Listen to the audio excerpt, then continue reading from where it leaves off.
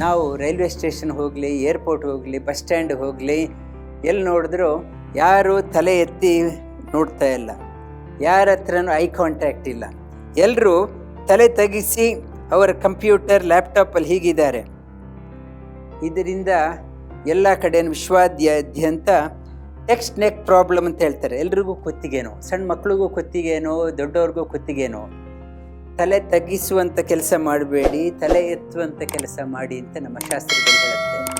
ಇದನ್ನು ಮೊಬೈಲನ್ನು ಆದಷ್ಟು ಕಮ್ಮಿ ಯೂಸ್ ಮಾಡಿ, ಲ್ಯಾಪ್ಟಾಪನ್ನು ಕಮ್ಮಿ ಯೂಸ್ ಮಾಡಿ, ಜನಗಳಿಗೆ ಕಣ್ಣಿಗೆ ಕಣ್ಣು ಕೊಟ್ಟು ಮಾತಾಡುವಂಥನ್ನು ಕಲೀರಿ. ಈಗ ಯಾವ ಮಕ್ಕಳು ಹೆಚ್ಚಿನವರು ಕಣ್ಣಿಟ್ಟು ಮಾತಾಡಲ್ಲ, ಎಲ್ಲೋ ನೋಡ್ಕೊಂಡು ಮಾತಾಡ್ತಾರೆ. ಕಾನ್ಫಿಡೆನ್ಸ್ ಇಲ್ಲ.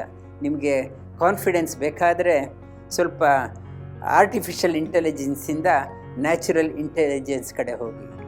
ನಮಸ್ಕಾರ. ನಿಮ್ಮ ಆರೋಗ್ಯ ನಿಮ್ಮ ಕೈಯಲ್ಲಿದೆ.